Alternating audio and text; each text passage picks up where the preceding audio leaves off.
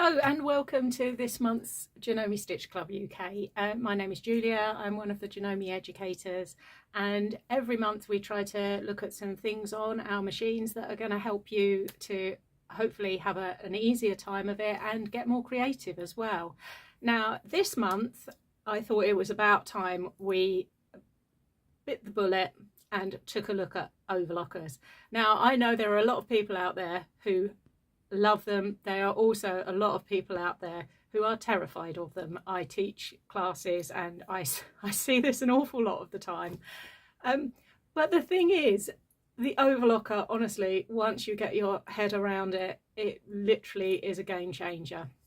It certainly changed my sewing life, particularly when it comes to dressmaking and particularly when it comes to using things like stretch fabrics, which, let's face it, are absolutely everywhere, even if you're just doing repairs. So I thought that we'd just start a little look here. So I've just gone through a few things. I want to go through a few things this month that I get asked an awful lot in class. And then I want to sort of throw it open to you because I think this obviously is going to warrant another video. So I would quite like you to ask what else you would like to see in the next video, because today is going to be a fairly sort of a basic run through, if you like, of what the overlocker can do, but there's an awful lot more that they can do, and certainly we can get onto more techniques with that. But I wanted to start at the beginning. It's a very good place to start. Don't worry, I'm not going to sing it. So I have got, sorry, I should have said, Janome do for overlockers. There is the air thread, which is a fabulous machine. There is also the 6234 XL, which I've got one of those today. The 9300DX, which you will also find there's a John Lewis 9200DX, same machine. And there is also the 8002, which I believe is on offer at the moment actually, and you often find that in retailers as well. So across the four models, there's hopefully a price point that's going to hit everybody.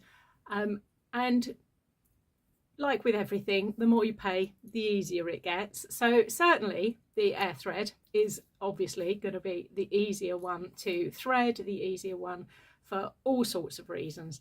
Now, I am not playing with that one. I don't have one in my sewing room, but also I think there's quite a bit of stuff out there on that anyway, and it's not generally a beginner's machine either. So I kind of wanted to go in with the sort of machines that you might start on. Okay, so I'm just going to be looking at the 9300 and the 6234 today. I will go briefly through the threading on both of them, the more or less the troubleshooting really of where people struggle a little bit with the threading, and then I want to look at things like the tension and differential feed and what exactly they are for, and then we'll look at a rolled hem and a narrow hem. Okay, so I'm hoping that we'll get through a lot of that. We may skip over bits. As ever though, I am live in the chat tonight, and this video will remain up. So any questions that you ask, please put them down in the comments because I do always answer them. So anything as I'm talking that you want to see covered maybe in the next video, or if you're struggling on your particular machine or with something in particular. What I've also done is there is a PDF download. I did a video a while back, it's one of the earlier ones, on all the stretch stitches on your sewing machine, and for it we had these little sampler header cards. So I've done a similar thing, but covering all the things like the different loopers, etc., and the differential feed, so that you can actually go through and do some little test swatches yourself on the fabrics in a similar vein to that. Okay, and that is a PDF download, which again I will put a link in the comments below. So I think we need to crack on because there's quite a lot that we need to get through this week. So let's turn round and have a look at the overlocker. So here we go. Let's have a little look at the overlocker and its a sort of anatomy. Now, the first thing to say about an overlocker is it works in a different way to your sewing machine. Okay, what you're looking for with an overlocker is this chain stitch, okay, rather than straight stitch. Now, the point of that is that what it does is it seams and it cuts and it neatens those seams. That is the beauty of it. That's why we love it. That's why we want to use it. But the key thing about this chain, and I think this is the major point of it, is if it doesn't have this chain, it's not going to work. Now, I don't know if any of you had those little, I think they were called French knitting dollies when you were small. I certainly had one. I haven't got it with me, obviously, because it's a bit old. Made out of a cotton reel, and you put 4 little nails in the top of it, and then you threaded round your wool, and then you used a crochet hook, didn't you? And you unhooked it, and then you ended up with this really long chain of crocheted thread, which you then did for usually about 50 meters or yards in those days, and then you thought, I have no idea what I'm supposed to do with this, but it kept us out of trouble, kept us amused. This is what the overlocker is doing, okay? It is making that chain, and in the same way as your little French knitting dolly, these threads, it's really important, they have to be done in the right way so that they can lay on top of each other to make that chain. That is why the threading is absolutely key on an overlocker. Okay, the thing that makes it easy though is that all overlockers now come with this lovely little coloured guide. So it talks you through, and one of the best ways to do this when you first get your overlocker, they normally come threaded, and I'm sorry to upset everybody, but the first thing you need to do is take those threads off and learn how to thread your machine. If you thread them each with a different colour, and if possible, I've done it over here, a corresponding colour to the colours that are marked on your machine, not only will that help you with the threading process, but will also help you to work out exactly where the problem lies if there is an issue going on. This one here has got little pictures, and even on the 93 and the 800, the 9300 and the 8002, in the instruction book there will be the same pictures showing that if there is an issue going on, you can work out which thread it is, because when you actually see the stitching, it's quite complicated to work out which thread is actually the issue. Okay, that said, the threading itself, which I think everybody finds a little bit of a kind of ooh, because you open it up and you just look at it and go, oh my goodness me. And let's face it, if we open the other side as well, wow, we're seeing it all going on there, and that can be quite scary. However, just think through this one, your lower looper. Okay, this is the one that is usually the trickier one to thread. I'm going to do 2 little videos in a minute that I'm going to slot in about the threading, but I'll do those towards the end of the video because I want to concentrate on other stuff first. But that is the most tricky one usually, and there's a knack, or there's a little, this one's got a little little gadget inside that helps you. Once you've got your head around that, that doesn't go through a needle, you do that one. This one here, it's easy, it's there, boom, you're done. The 2 top ones that go in the needle, so they're pretty much the same as when you're threading your sewing machine. So when you break it down, not actually as scary as you might think. Okay, tension discs, having 4 tension discs, that can often be a little bit off-putting as well. The one thing I will say about this, and I always start a class by saying this, is do not touch your tension discs. Okay, when we start off sewing, there are 2 other things that we can look at. We've got stitch length over here, which is this top one, and we've got what's called the differential feed, which is this one here. Okay, and these are the 2 things that I always say you look at these before you even touch the tension.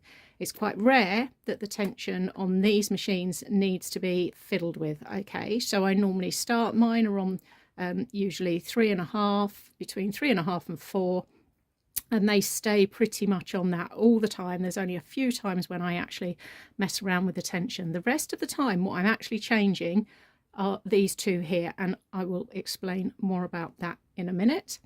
Okay, now I just quickly wanted to go over the threading. I'm on the 9300 DX at the moment, and I think the thing that I find in classes that lots of people struggle with is this one that's under here. So I just wanted to show you a quick little tip. So I've come down from the top and I'm following my diagram here. So I'm on all the greens.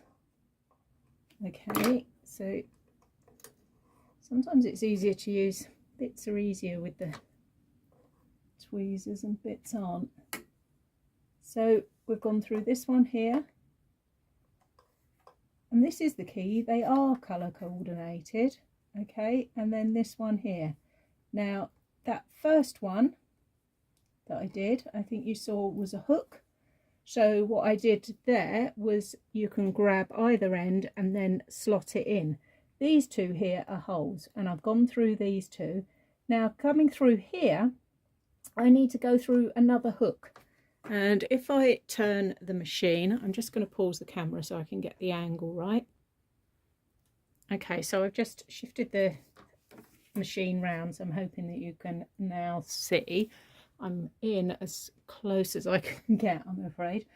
So to see where we're going next, I'm going to drop the actual blade. So I've pushed in the second one here, and I've dropped the blade out of the way, and I'm hoping that you can now see, if you're on your machine you will see this much easier, trust me. You'll now see I've cranked the handle so that I've got this one here, which is my next one. I can see it just behind here. Okay, so what I want to do is I want to pass the thread through.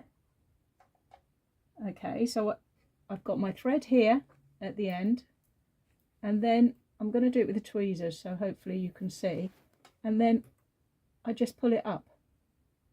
Okay, so that is now in that slot. The next one that I want to do is round this side, so I'm going to pause again so I can move the machine. I'm sorry for all the kerfuffle, but I really want you to see exactly what I'm doing. When you're on your machine you'll actually see it much easier, obviously, but I want you to see exactly what it is you're looking for. Now I've moved it round, and even though I've moved it, I can't get in much better than this. I've cranked the handle again so that it's come back the other way, and always towards you, and I've now got where I need to go, and this is another hole. Okay, not a slot. I can't get in any closer because I've got this door on here, but I will put in a photo because I did get a much better photo close up, because what I want to do is feed that in through here. Okay, get it in properly, make sure you've got a good thread out of the end.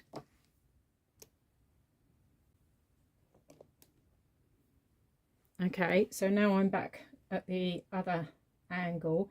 So I've got my thread, so I'm through that one there, I'm through this one at the back, and I now, if I crank my handle forward, I need to go in this bit here, okay, at the top.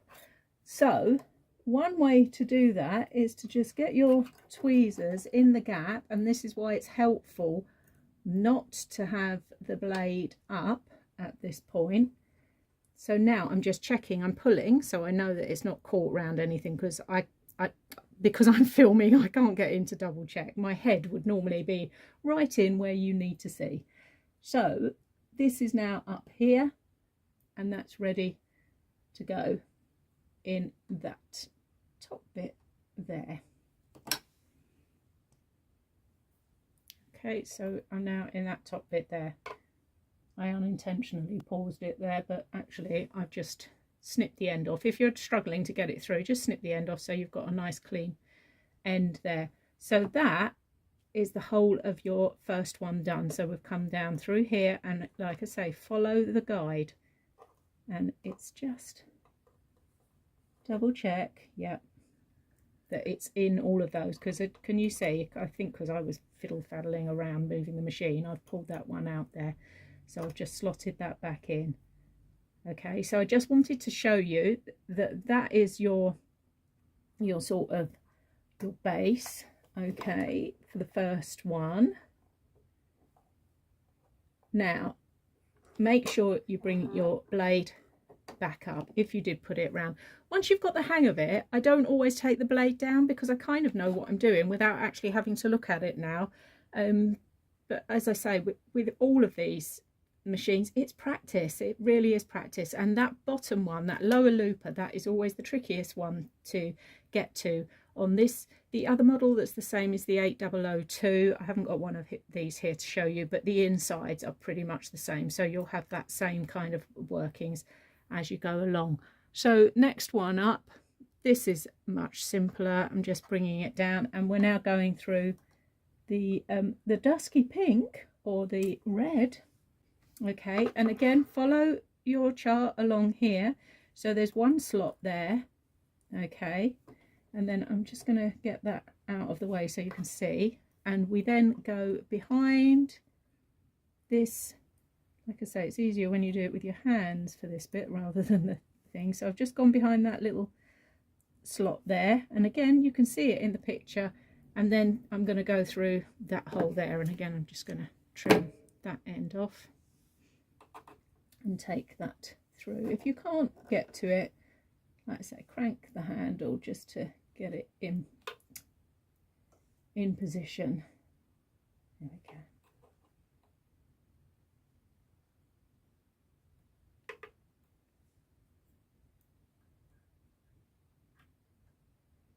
I think this is the thing actually that's most annoying about overlockers, is that their innards are so fussy.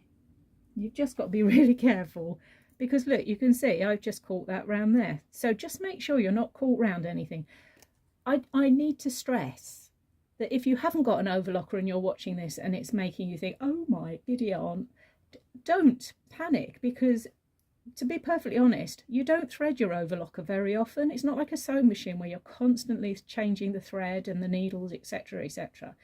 My overlocker is a beast of burden. It literally just sits on the table, and most of the time I've got multicolored in here because I'm showing you the different the different actual loopers, etc. But most of the time, if it's winter, it's navy or black. If it's summer, it's grey or white. That's literally it. So it probably gets changed as the seasons change, and that is pretty much it, and it just sits there ready to go. So that one's done. So again, make sure you're going behind the blade there, so they are up and ready. Make sure nothing is twisted. That one was just a little bit twisted round. Okay, and we should be good to go. I'm going to do the needles. I won't bother showing you the needles because they're pretty straightforward. Okay, we're just going to come down, up, over, and then down and in the needle. They're pretty much the same as when you're doing your sewing machine. So I think if you kind of separate that off and go, okay, the first one, the green one, that's the one to practice. So here's a quick run through of that lower looper thread. This time I'm on the 6234 XL. So I've come down from the top and I'm following the greens again. So through this one, this has a little switch, goes from 2 to 3, 4 threads. As I say, we'll go through the 2 thread stuff in a later video. Not all overlockers have that. Right, so sorry, I've got the camera in front of me, so it's a bit awkward. So we're going through that one first, this one here, this one here,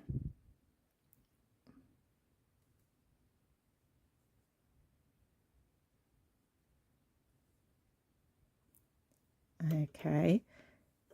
Now, if you remember on the 9300, it was under here. On this one, there's a little arrow here, and if we just push that up, it pops out so that we can actually get to it. Okay, so I'm just going to go under that one, and then if I crank it forward just a little bit, you'll see even more. There's a little hook here, and that's the next one that I'm going to go around, because when I push that back in, so can you see I'm holding it here? So I've gone through that one and then round this little hook, and then we just push it back that way. It's taken it through that one at the end. So now all we have to do is go through that one there. So if you've got any kind of sort of you know, eyesight, I'm finding eyesight is a big thing for me. Actually, I'm finding this quite difficult because I need quite strong glasses for this kind of close-up work, and I'm not close enough because I've got the camera here. So for that, or if you've got issues, and like I say, bear in mind I have got a camera here. That's why this is, I'm making this look quite tricky, but I'm trying to get the camera at the closest angle I can with the machine still on a table. Okay, and then that's good to go. So that little gadget there on its own, honestly, worth its weight in gold. The differential feed, just to explain what that is, if you lift your presser foot and take a look underneath, and I'll put a little picture in because I'll actually take the foot off so that I can show you a proper picture. You've got two sets of teeth under here, okay? Unlike on your sewing machine where you've only got one set of feed dogs, you've got two, one behind the other. And what these do is they take the fabric through at speeds, but in the same way as a walking foot, the even feed foot evens up the speed at which things are fed through. This double whammy on the differential is going to do the same thing. So if you're finding that things are separating or a bit wobbly or something like that, this is what you're going to look at. And again, we'll look at that in a minute. So that's the differential feed. This one's also got a setting here for standard and rolled hem. And again, we're going to come back and look at that. So that is just an overview of the machine. The 9300, pretty much the same. Dials on the side. The rolled hem setting is just in here. And what's the only... Oh, the 8002, the tension discs are actually discs on the front of the machine. Okay, so that's just the sort of differences between those three. But you're still going to have the same things on it. Okay. So first up, let's look at the differential feed and what exactly that is going to be doing. Okay, I've taken it down.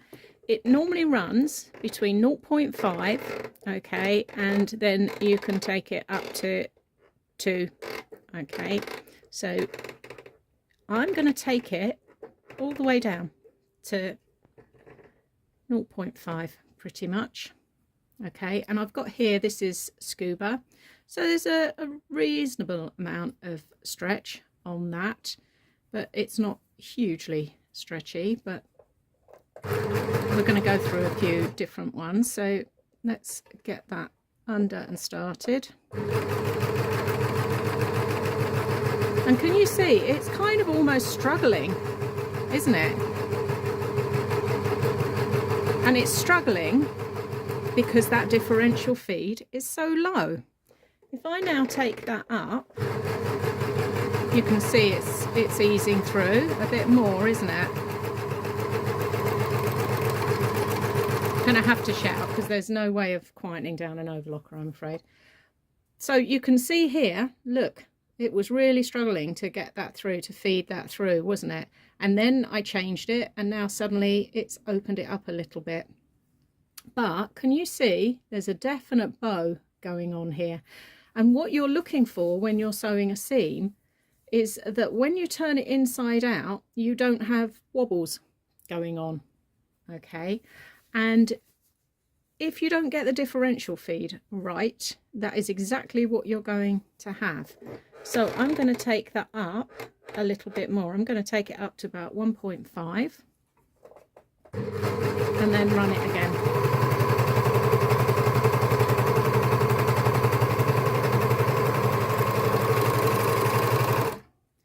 So you can see how much easier it took that, and look, absolutely flat, perfect. And that's what we're looking for. Okay, and then when we turn it through, it's going to sit absolutely flat for us on that seam. Okay, I've got enough wibbles and wobbles going on down the side. I don't need it any more in the fabric, thank you very much. I always think that one of the best ways of getting to know about the differential feed is to get as many different types of stretch fabric as you can, and then just play with it.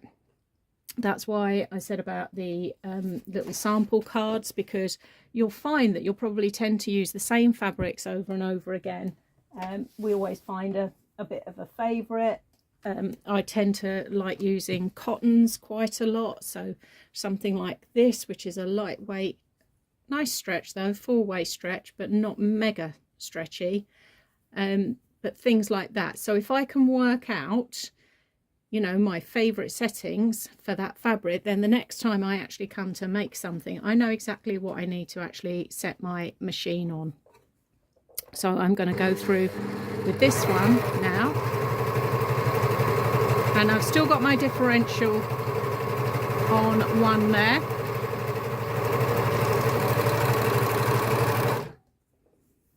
Okay, but look, there's a slight, can you see, there's just a slight bowing to it. So I'm going to take that up to 1.5 on that one.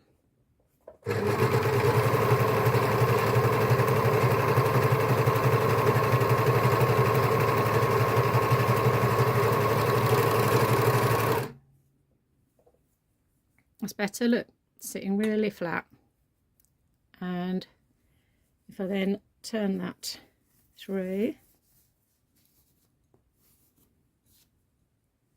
there we go, completely flat on that seam, which is exactly what you want, but you've still got the stretch that you need, which is what the overlocker gives you.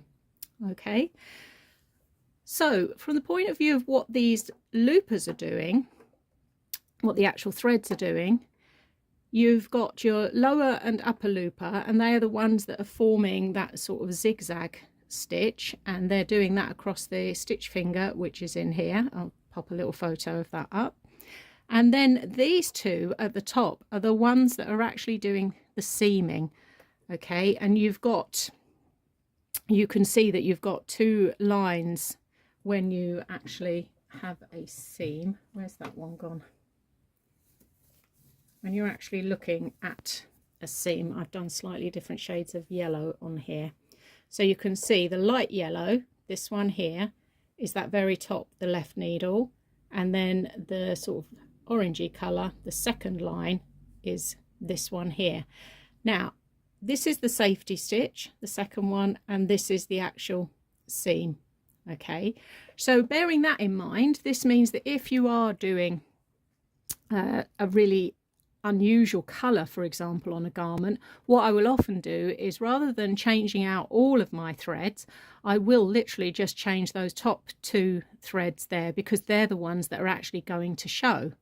So I make sure I get the best match I can with the two that are going through the needle. So that, bearing that in mind, most of the time on my overlocker I have got big cones on the bottom two here, and I think I've said it, I'll probably say it several times, but it's normally black in winter and white in summer. I'm that predictable. So bearing that in mind, back to the threading, these are the two that you're going to do. So you don't tend to have to rethread everything all the time. Okay, so that's just a quick look at what the differential feed is doing. You've also got stitch length on here. Now, as with everything, what stitch length is going to affect is the thickness. The thickness of a fabric is going to affect the stitch length. This one here, which, as you can see, is a kind of sweatshirting with a kind of bubbly effect. It's quite an unusual fabric, quite thick though. So if I tried it on a sort of a 2, let's see, it might not like this, but I can feel the machine is struggling. It's not particularly happy. It's okay, it's doing it, but if we look, that looks a little bit messy. And once again, we've got that bow. So I'm going to take my stitch length up because that looks far too close together to me. And I'm just going to take my differential up. Again, I'll do it on the other side so that you can actually see.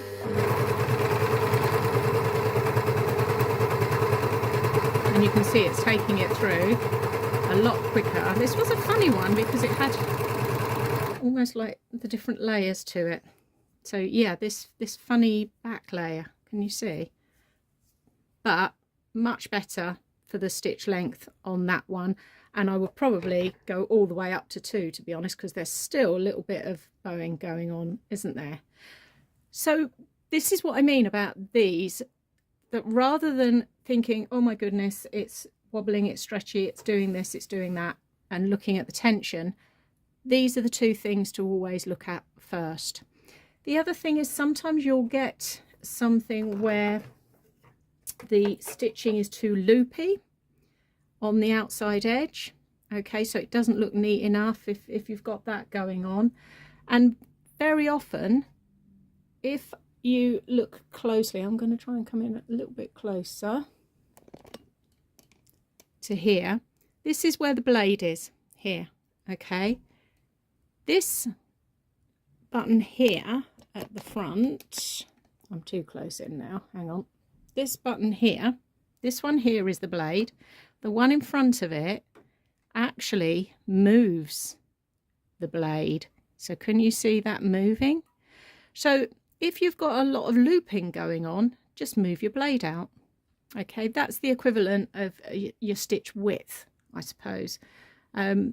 So sometimes that's the way to achieve that. So these are other things that you can always look at before you start playing around with those.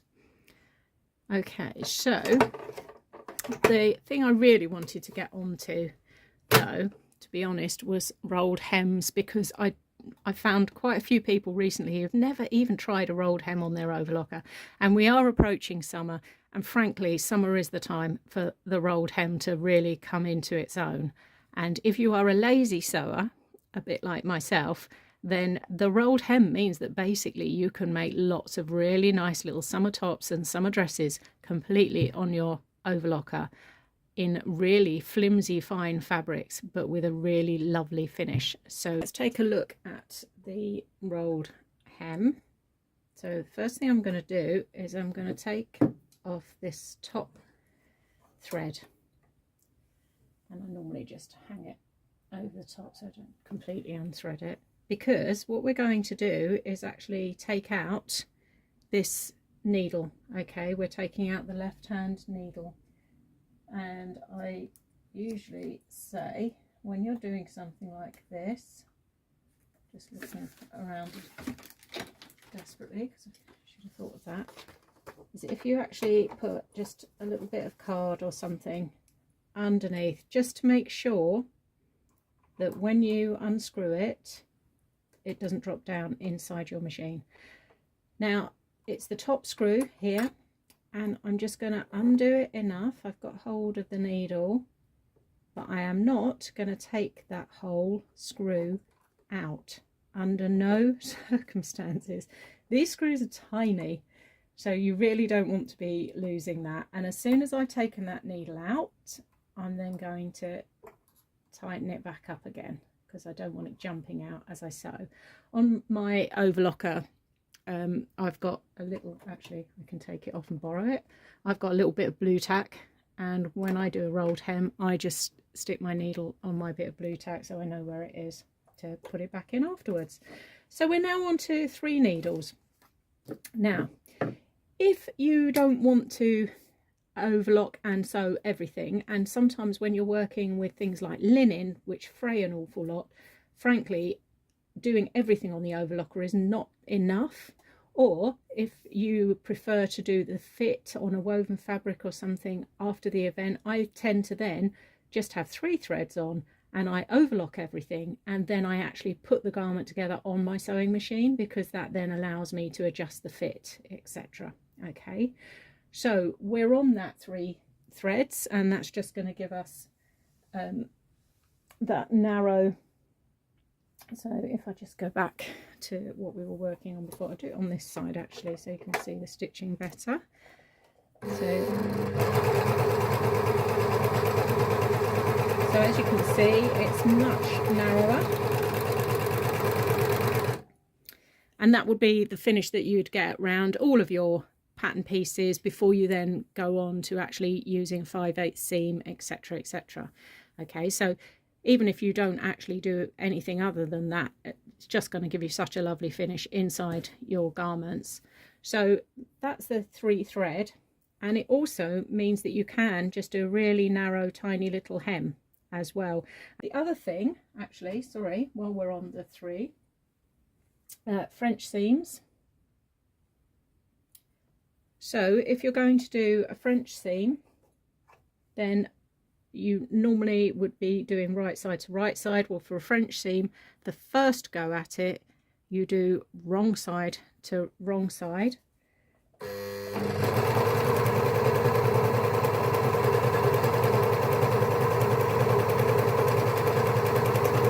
And this is your first pass at your French seam, because look, you now don't need to trim it up because there's no bearding. So when you turn it through to actually do, you press it, and then on your sewing machine you can then do your second pass at your French seam, but everything's done. It's trimmed it all for you.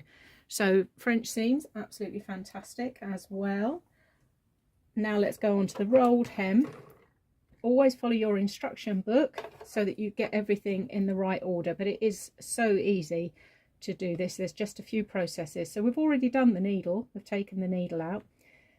I said about the S and the R setting here. So this is your blade, so I'm going to drop the blade, because behind the blade in here is what's known as the stitch finger, and that is the thing that keeps those zigzag stitches of the lower and upper loopers apart. But we kind of want to get rid of that because we want to encourage it to roll. So what we need to do is push this second one in. We've dropped the blade out of the way, and you can't do this unless that blade is out of the way. I'm going to push that out, and then this little red button, it literally slides it back from S to R. Okay, and then I'm going to put my blade back up. Okay, so no stitch finger. I'm also going to move this one to rolled hem setting. On my stitch length, because I want it to be a much closer stitch, I'm going to take it to the R setting. The differential feed is going to be relevant to the fabric that you're using. Okay, so again, you're going to test out with that. If you're on the 9300, same process. There isn't this button here, but on your stitch length there is an R setting on that. Okay, so we should be good to roll. So we're all set up for the rolled hem now. So first thing up, this is actually some viscose, and I've spray starched it a little bit just to give it a little bit more oomph.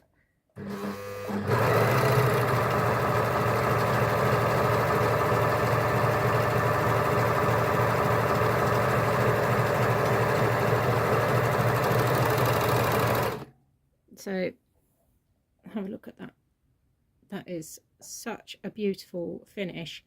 And as I say, if you're working on summer tops and you've got a little flouncy sleeve or a hem on a camisole or a skirt even, I mean, obviously I've used contrasting threads on here, but you match the threads in, you won't see it, or you use the contrasting threads. Contrasting threads, actually two-sided on a ruffle or something like that, would look really lovely, wouldn't it? So you wouldn't have to hem all those huge ruffles. There's a lot of ruffles around this summer, as there were last summer. And a rolled hem on a ruffle, oh my goodness, that is a time saver, that's for sure. So we've also got things like this silky, I think this is a crepe, a lightweight crepe satin. Lovely for little cowl dresses or bias cut, things like that. Now this won't give the best finish because I've got a size 14 needle in it. Usually with something like this I would be using a Microtex needle in here, or at the very least a size 11.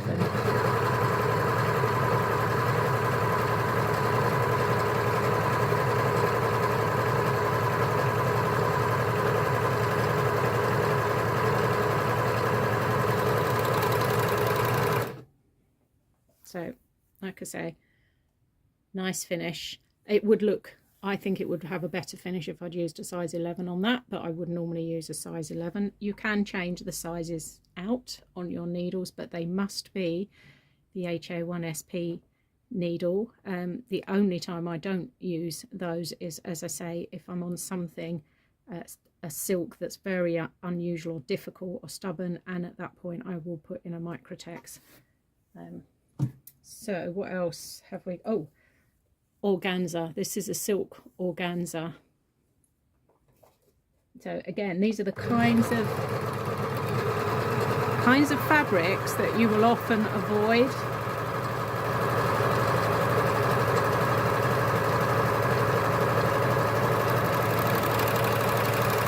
Not going to run the whole lot, but these are the sort of fabrics that you'll often avoid because you think, oh my goodness, how the earth am I going to do a really neat, nice hem on there? Well, you don't need to. And as I say, once that's ruffled, these can look absolutely stunning, can't they? So there we go, that's the rolled hem. One thing that you do need to remember is putting it right. Make sure you do it in the right order. So I tend to do the stitch finger first. So drop that, push that back to S, so I know my stitch finger is back in place. Then bring the blade back up, so I'm now on the narrow hem. Okay, I'll go back to the standard hem there, take my stitch length up, and then the last thing I'll do is put back in my needle. And one thing I will say about putting the needle back in, okay, it's the same way. I'm just going to loosen that screw off and then come in and push it up, and I try and get it on my nail. Now, I will take a photo of this when it's done. The needles should always be offset. So this left hand needle will be slightly higher than the right hand needle. Okay, like I say, I'll stick a photo in the corner. So just make sure, and then my other double check is I crank it towards me just to make sure that it's not hitting anything, because if I put that needle in wrong, then as soon as I start running that machine, the first thing that's going to happen, it's going to hit something, snap the needle, and then you've got to do everything all over again. So that's always just worth a bit of a safety check on there as well.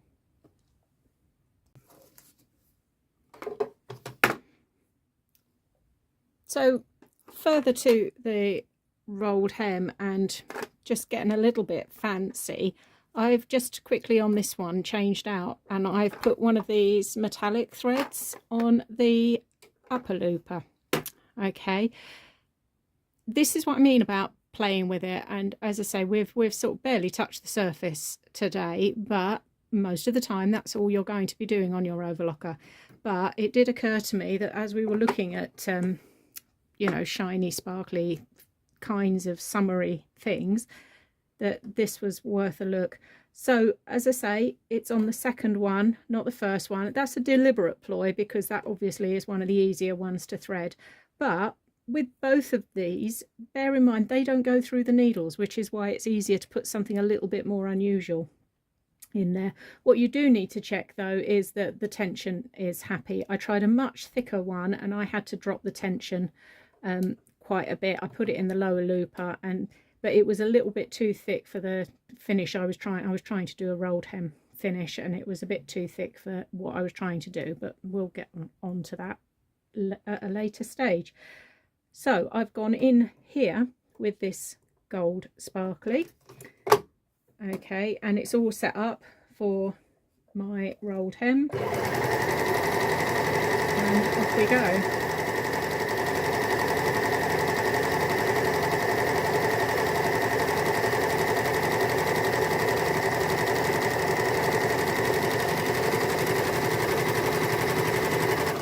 So I think you can hopefully see how pretty that is, just that little bit of sparkle. So if you were doing, you know, little girls' dresses for weddings or summer picnics and things like that, maybe time to get a little bit more sparkle in on the back. Look, still really, really neat, but just that one little bit of sparkle in there is rather nice, isn't it? So I'm hoping that that might have inspired you to maybe play a little bit more with your overlocker.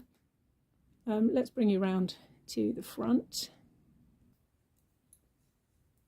So yeah, I'm hoping that that's going to inspire you a little bit to have a bit of a play with your overlocker, and particularly if you have not tried the rolled hem, you really need to get involved with the rolled hem. Absolutely brilliant, especially, as I say, for those lighter weight fabrics. There's so many pretty fabrics out there that I think a lot of us do tend to avoid because we know they're just going to take a little bit more finessing, shall we say, when it actually comes. But you know, there's a point when you have to say, I can't literally just sew with cotton all the time, much as I would like to. So if, as I said, any questions or anything like that, please pop them in the comments below. And next month, I won't do the next overlocker one straight away because, like I say, I want to get a bit of questions from you guys about what it is you actually want to know about first. And next month, I think we'll do something a little bit more creative and ready for the holidays. Something to play with maybe on we need to look at a few more of those stitches, don't we? So I have a little plan up my sleeve for then. Okay, so anything that you want to know, pop in the comments. If you can give a little thumbs up, that would be brilliant. And if you're not subscribed, if you want to subscribe, then you will be notified when the next video comes live. And other than that, spread the word. That would be lovely. If you know anyone who's got Janome machines and you think might benefit, then the more the merrier. And I shall see you next month.